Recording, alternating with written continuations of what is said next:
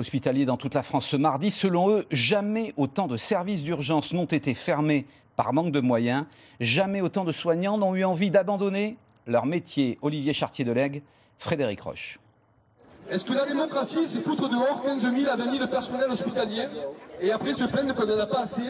Les murs du centre hospitalier Louis Raffaly résonnent de la colère des soignants. Le service des urgences de l'hôpital public de Manosque a connu 46 nuits de fermeture depuis le début de l'année. Sur le parvis, environ 200 manifestants se sont rassemblés ce matin.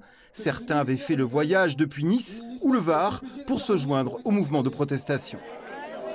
On voulait effectivement faire le déplacement ici ou à Draguignan parce que dans la région actuellement, au niveau des urgences, c'est les deux établissements qui sont les plus impactés par les soucis au niveau des urgences. On ne peut pas dire aujourd'hui qu'il n'y a plus de soignants. On les a perdus. On les a perdus suite à la crise Covid. On les a perdus. Ils les ont essorés et les gens ont préféré partir. À l'autre bout de la région, à Nice, la mobilisation est symbolique. À peine une trentaine de soignants sur le pavé de la place Masséna. Mais il suffit de tendre le micro et les témoignages fusent. Moi là, en 3 semaines, j'ai travaillé dimanche précédent qui était un dimanche avec un pont, avec le lundi férié. Là, sur 3 semaines, je crédite 24 heures supplémentaires. 24 heures, c'est plus de 3 jours à poser, à récupérer. Je ne peux pas. On n'est pas assez nombreux, il faut ouvrir les salles, il faut opérer les patients. Il n'y a plus rien qui tient à l'hôpital. Et là, ces derniers temps, ce qui est impressionnant, c'est la fuite des personnels. Nous, on voit passer sur notre intranet les vacances de poste, mais c'est par dizaines qu'elles défilent.